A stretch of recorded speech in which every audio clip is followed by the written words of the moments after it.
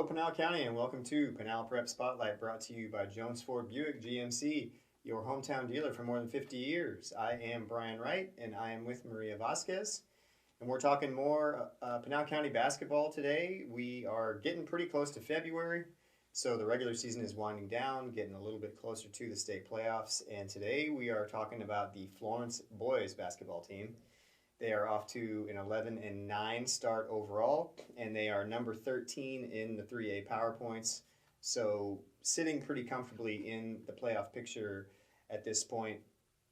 And you've got a couple other teams in their region, ALA Queen Creek and Santan Foothills, who are actually in first and second place, and number 3 and number 11, respectively, in the Power Points. So 3A Central is a pretty tough region this year.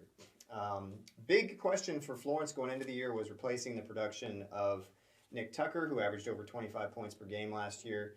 They have done a pretty good job of that so far. Malik Payton, junior guard, has done a lot of the heavy lifting, averaging about 20 points per game. And Maria, when you look at this year's version of the Gophers, how are they winning games, and what are they going to look like moving forward? Well, given that they graduated Nick Tucker, they have to look for other scoring opportunities. And you mentioned him in Malik Payton. Besides being their leading scorer, he also leads the team in rebounds, steals, blocks, and he's shooting 50% from the three-point line. And another player who's really important to this team is senior Reagan Terry. And even though he's not really a traditional basketball player per se, he's just a tremendous athlete. He was a football star. He's going to U of A to play football. And the thing that he provides them is some size and a presence down low, which the Gophers really don't have outside of him. So he is able to kind of make his presence felt down there. He's able to get rebounds. He's able to defend. And I think that really helps Florence. But Maria, when it comes to scoring the basketball and kind of replacing that production from Nick Tucker, we talked about Malik Payton. Who are some of the other players who are stepping up for Florence? Well, one guy who sticks out for me is Bryce Mency. He's averaging around 6 points per game, 5 rebounds, and 5 assists.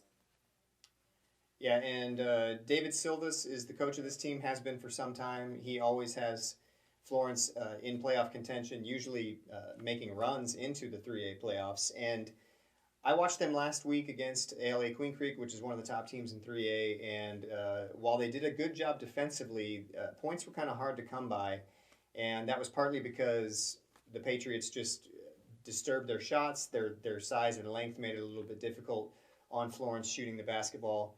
But I know a couple things that Coach Silvas was worried about in his last 2 games against Santan Foothills and ALA Queen Creek was free throw shooting and three-point shooting. So in the last 2 games, from the free throw line, they hit 20 out of 33, which is just over 60%, and they only hit 5 out of 17 from 3, just over 29%, and just 5 total threes. They definitely need to shoot more threes and need to be more effective shooting the 3 ball, and certainly need to do better from the free throw line. So I know that they're going to be working on those 2 things, and will need to improve those if they're going to move on and do better in the rest of the regular season and into the playoffs. Maria, any other final thoughts on the Gophers? Well, you mentioned it. They have to do a better job of shooting from the outside, given that they don't really have a lot of size on the inside. And against top 3A contenders like ALA Queen Creek, Santan Foothills, and Chandler Valley Christian, Florence lost against all 3 of them. So they really have to kick it up an extra notch if they want to make that deep postseason run.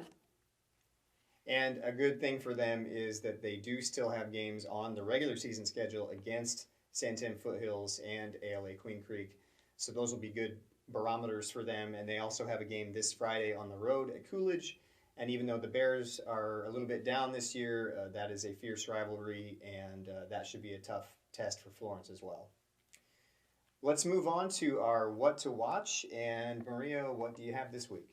My what to watch is Isaac Arroyado from Combs, and so far he's averaging 15 points per game for the Coyotes, around 4 rebounds. He's a 77% free throw shooter Last week against Glendale, he scored 25 points, and earlier this season, he had a 33-point game against Lake Havasu.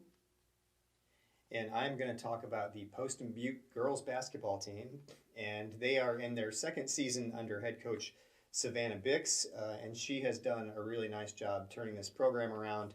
Last year, they finished number 33 in the 4A Power Points. They are at number 20 right now. So they are in the playoff picture. At the moment, they have a 14-8 overall record, and they do have some good leadership on this team as far as in experienced leadership. They've got 7 seniors and 3 juniors on this roster, and they are led by a pair of seniors, Taylor Reese and Zulayan Correa. And Taylor Reese is averaging just over 11 points and 7 rebounds per game, and Correa is averaging just over 9 points and 7 rebounds per game.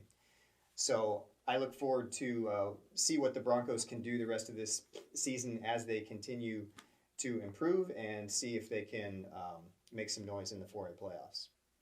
That does it for our show today. Remember to visit PinalCentral.com for all of your Pinal County winter sports action, and we will see you next week.